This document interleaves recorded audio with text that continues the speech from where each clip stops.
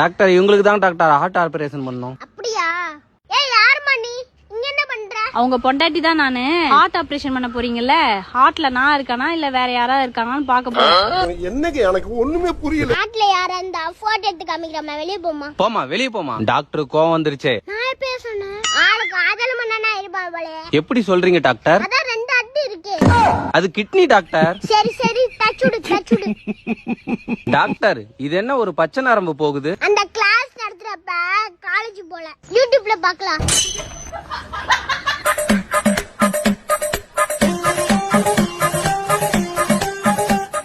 Patient பொழைச்சுக்கிட்டான். Operation success success. ஏய் YouTube பார்த்தாடா பண்றீங்க?